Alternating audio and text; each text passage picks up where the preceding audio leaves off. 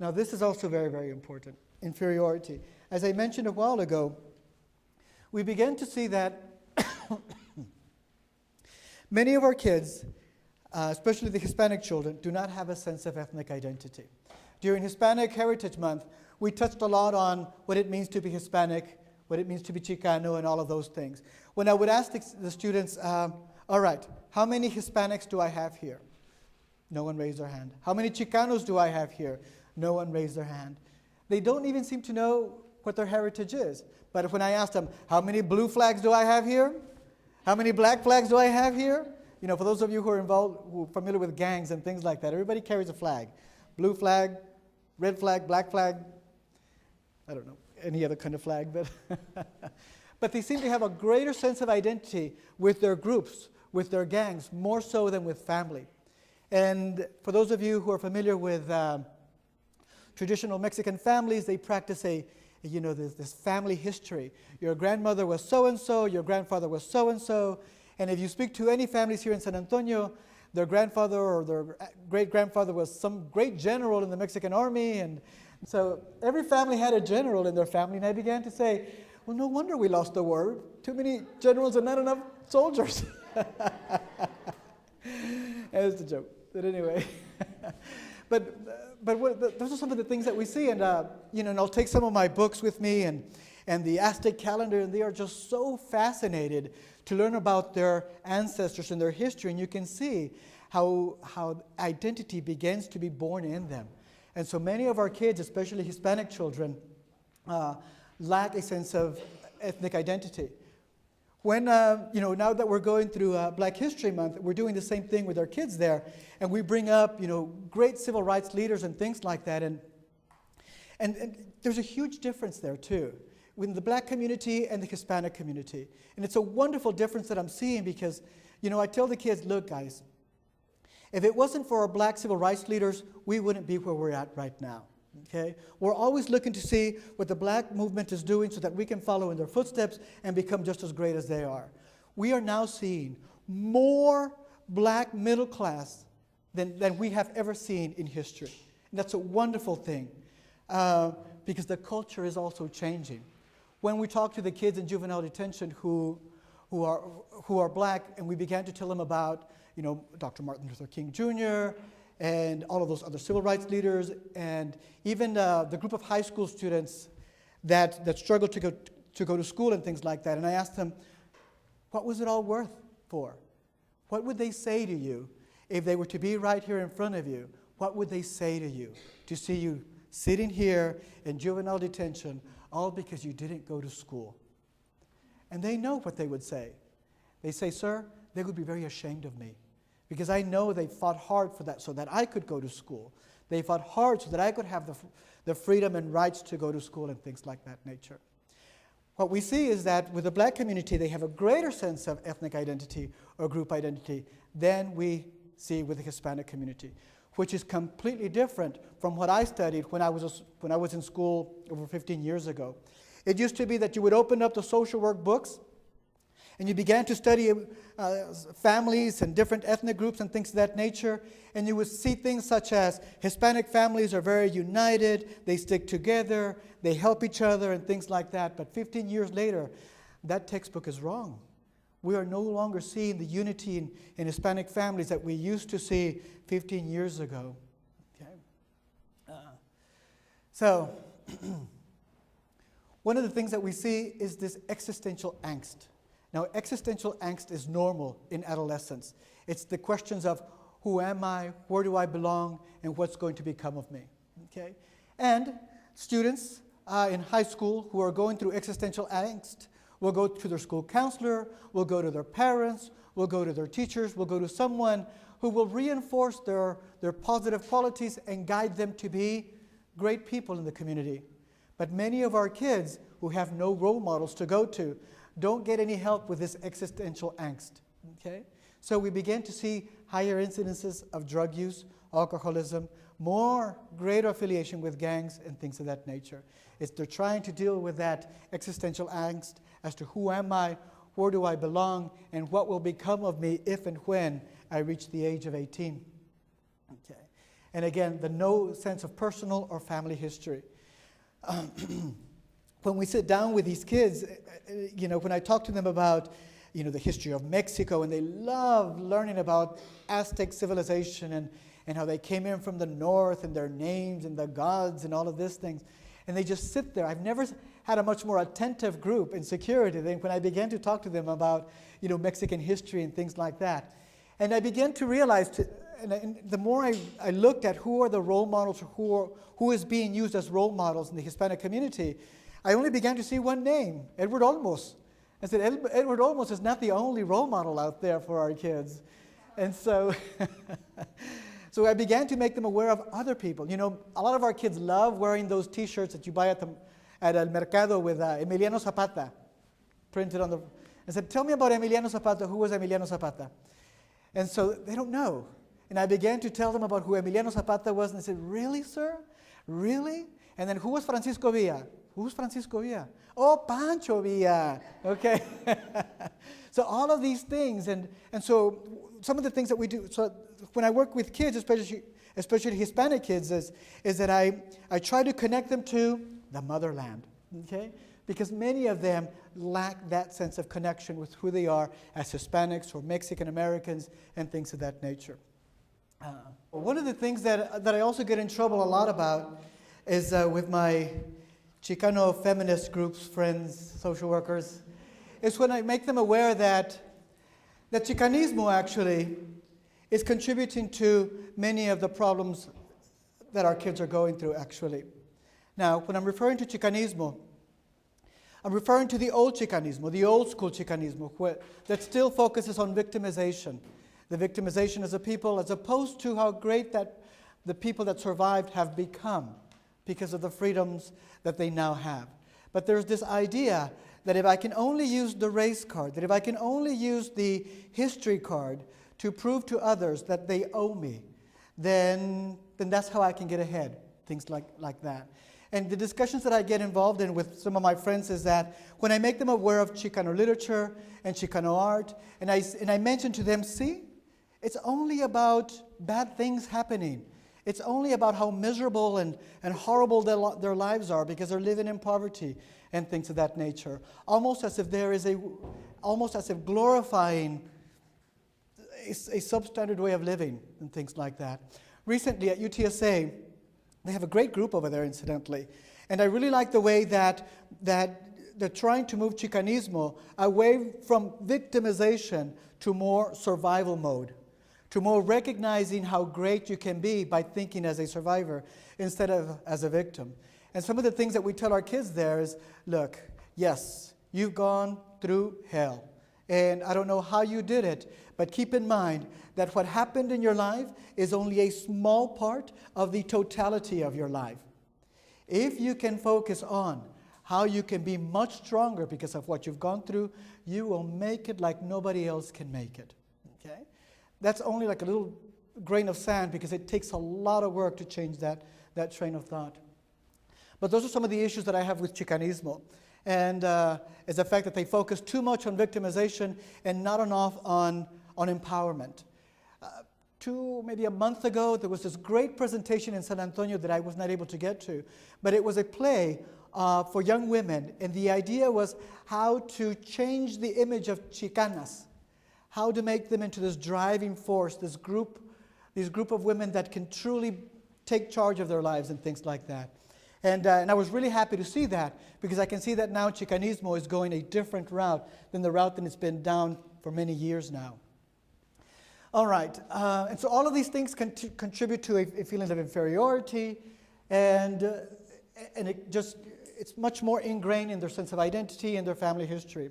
I've been getting a lot of, many of you have come up already and told me about how you see the same things happening with the people that you're working with. And it's true. I mean, I've been in this field for over 15 years now, and the other day it sort of woke me up when I realized that I'm treating the daughter of a client that I had when I was a young social worker.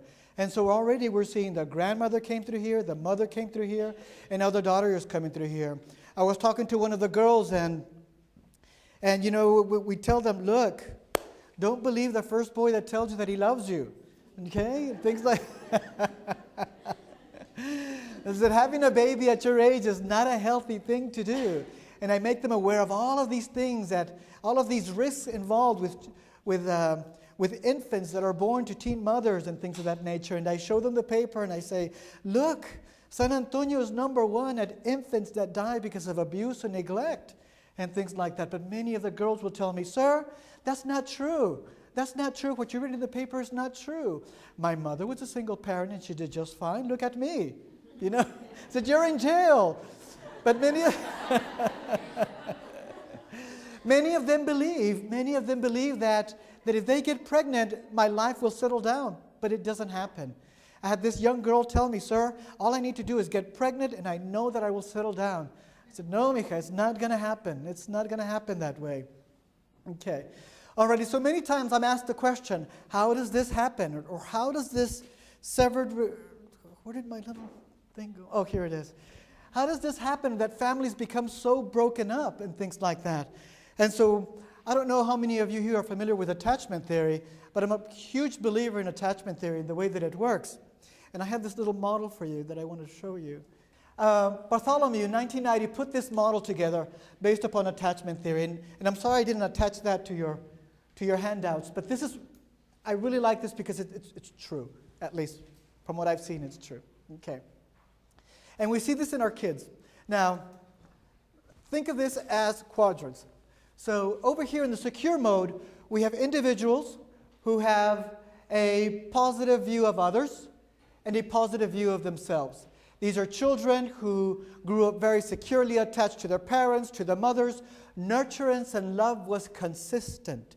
There was ongoing communication between the mother and the infant, praising and taking care of the kid. And every time the infant cried or felt anxious or nervous, the child was rescued, and so the child began to trust the parent that he or she was going to be rescued, and it established a secure attachment. Okay? And then over here on this other side, we have the preoccupied individual. The individual who has a positive sense of self but doesn't trust other people. Okay? Many of our boys fall over here in the preoccupied stage. Okay? They don't trust others. Sir, I'm in it for me kind of thing. Okay? And of course, for those of you who are familiar with attachment theory, attachment is happening during the infancy stage of development between, most of the studies are done between mother and infant, but we also know that fathers play a crucial role in attachment of children, in the secure attachment of children. Okay.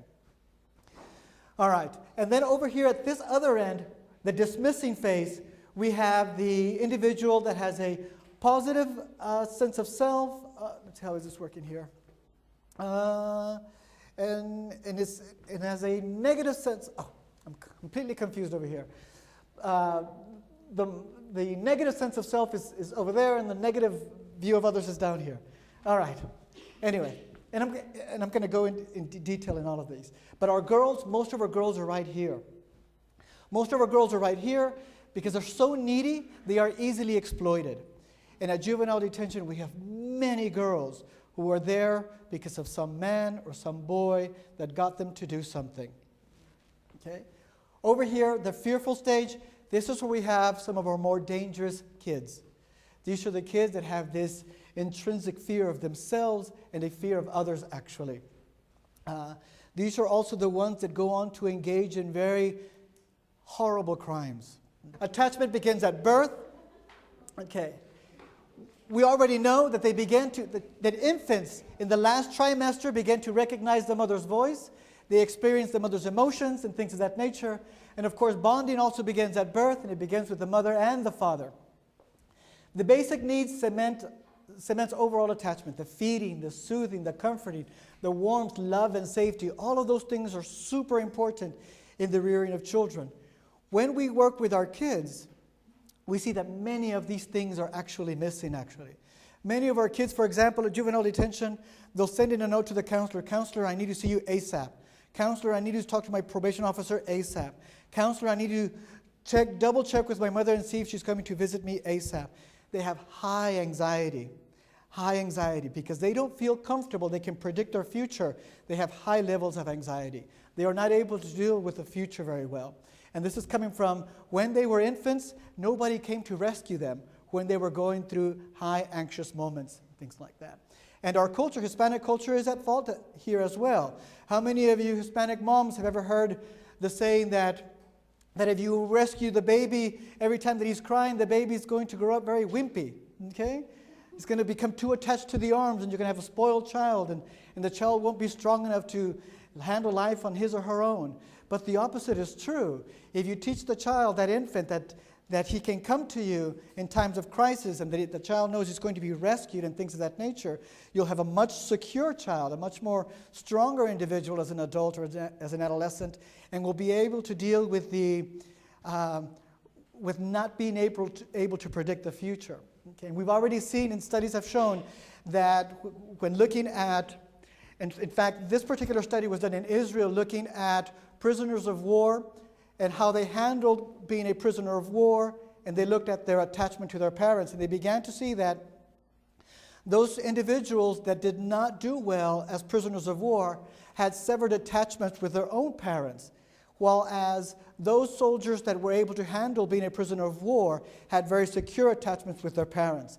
They felt that they had an internal locus of control, that they could still take charge of their lives, and tended to fare much better. We see the same thing with our kids. If our kids didn't have a secure attachment with their parents, they handle anxiety very, very with a lot of difficulty. Very quickly here, the secure individuals have an internalized sense of self-worth and find worth in others. Okay? They know how to tolerate stress. They know how to access resources. They know how to go for help. One of the things that we're trying to do differently at Juvenile Detention Center, everybody's not everybody, but most kids are put on a checklist. Daily checks, close observation checks, and suicide observation checks. Okay? And of course, the CO, close observation, SO, suicide observation, are the higher risk kids that are at risk of suicide. Our daily checks are usually our kids who are having trouble adjusting, it's their first time in juvenile detention, and things of that nature. But one of the things that we've seen is that list tends to be so long, and we see these kids just stay there and stay there and stay there. And so when I'm talking to my colleagues there, the other counselors, I said, what we need to do is we need to empower them. If we hang on to them, we're going to create more dependency. Ladies and gentlemen, the best way to deal with a culture of dependency is to set time limits. Time limits is key. We've seen it work. Short-term psychotherapy, time limited. Okay? And that's the same thing that we're doing at juvenile detention with some of our kids that are on daily checks that just stay there. They grow mold there, and they don't want to budge from there. And I tell them, look, you've been calm, you've been stable, it's time to take you off the daily checks. Sir, please don't take me off the daily checks. I need to speak to a counselor every day. What about? Well, I don't know, but just in case I need to talk to a counselor, I don't want to have to wait. And things like that. But the thing that we're trying to do now is teach them how to use a resource, how to take charge of their life. Look, if you find yourself needing a counselor, all you have to do is ask for one, and one will come over. That's how we begin to teach them. If we can teach them how to access resources in juvenile detention, my idea is that they will know how to access resources in the community. I had a young girl, 16 years of age, and she already had a child, and she said, sir, you don't understand. I'm living my life on my own out there. I can't trust my mother. I said, okay, Mija, this is what we're going to do. I'm going to teach you how to use your Medicaid. Do you have your Medicaid? She said, yes, sir. I carry that with me all over the place. Did you know that you can call the doctor and set up an appointment on your own? I can, sir. My mother doesn't have to do it. Your mother doesn't have to do it. Did you know that you can call your pharmacy and say, I need my medication delivered? I can, sir? Yes, you can, and things like that. And so that little girl felt much stronger. You know, we haven't seen her back at juvenile detention. I think she learned that the parent that she was counting on was not going to take care of her, so she took charge of her life, and more than likely, I'd like to think she's doing well at accessing resources on her own, knows how to advocate for herself, and knows how to ask for things when she needs them. That's what we need to teach many of our kids. One of the things that I tell my social work friends is I tell them, we've done a great job at helping others, but somewhere along the road, we forgot to teach them how to fish. We forgot to teach them how to fish, and now they're expecting a handout every time we show up at their doorstep, okay? We've been bad social workers, and what we need to do now is teach them how to fish. Señora, I'll give you the backpack, but it's up to you to fill it up with school supplies.